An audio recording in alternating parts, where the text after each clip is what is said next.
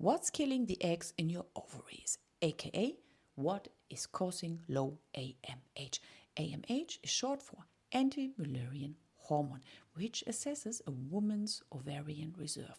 This means it assesses the follicles left in your ovaries. Those follicles are tiny sacs that hold an egg. Hi, I'm Carmen. I'm a nutritionist helping women to get pregnant, stay pregnant, and deliver tiny little cutie babies.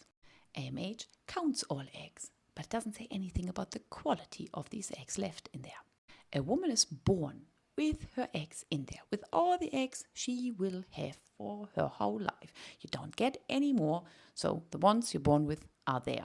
And then every time you ovulate, one gets released to be fertilized, and if it doesn't first fertilize, then it just flushes out with your menstruation. As older you are, as lower the AMH number should be. Because every time you ovulate, one egg leaves you, and leaves you, and leaves you, and leaves you. Now, how can AMH be low when you just release one egg when you ovulate? Where do they go? Do they just disappear? What's killing them? Let me tell you a little story, a metaphor, to make it a bit easier to understand. What's killing your eggs? Once upon a time, I looked outside of the window and I saw a tiny tree growing in my backyard. I was so happy because it looked luscious and green and just grew there out of this little seed I could never see was in the ground, and then eventually all the rain and the sun nurtured it so it grew to a seedling, and I could see again beautiful green leaves. I was very happy. So now this tree grew and grew and grew and grew because it had all the nutrients it needed to actually get there. It rained every now and then, so it washed all the dirt off the leaves. Then we had sun, and obviously the rain water nurtured the tree from the roots upwards. Now summer hit. You obviously know that tree needs water.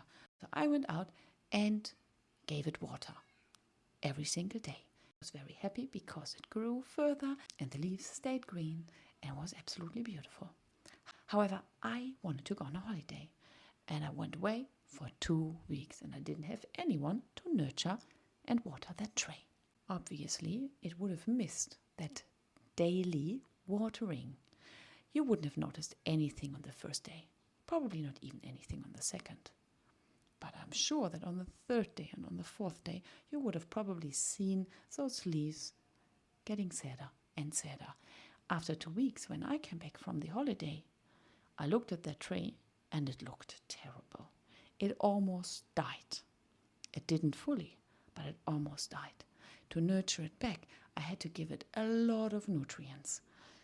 I got a fertilizer, and I also nurtured it every single day and brought it back to life. You are the tree.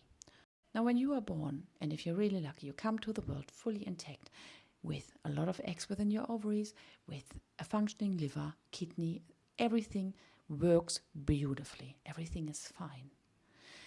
But to actually breathe and to function, your body needs a certain amount of nutrients, energy, to keep everything alive. You might know that even at rest, even if you lie down flat, you require energy to stay alive. If you don't eat and if you don't drink, you will die eventually, even if you just lie flat and don't do anything. Because everything within you, your brain, your organs, all your organs need energy. And that includes your eggs. Now, your body is a marvelous machine. It prioritizes survival over everything. Now, your reproductive system is nice to have, but it's not necessary for survival. Your survival, that you stay alive, has the first priority. So the nutrients your body gets will go first and foremost to all the organs you need to survive. If then is something left for your reproductive system, hooray! And if there isn't, well, then there isn't. The moral of the story is, what is killing your eggs? There are multiple factors that play a role. So smoking, excessive alcohol will kill eggs. If you overburden your liver, not just with alcohol, with too much sugar, aka insulin resistance, diabetes, can kill eggs. Autoimmune disorders can accelerate egg loss. This is why, for example, celiac disease is correlated with infertility. I have celiac. Unfortunately, I was very lucky because I have 2 children, but it could have affected my fertility. Reason being is that your body is busy with the autoimmune disease and doesn't have time for your reproductive system. It's that simple. And as older you get, as more toxins from the outside you will have to deal with within your body.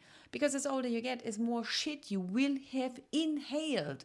Our furniture are full of it. It's everywhere. So as older you are, as more crap you have accumulated within your body. Not you, it's everybody. It's just, unfortunately, the way of life. A 40-year-old car doesn't run as good as a brand new one. Why?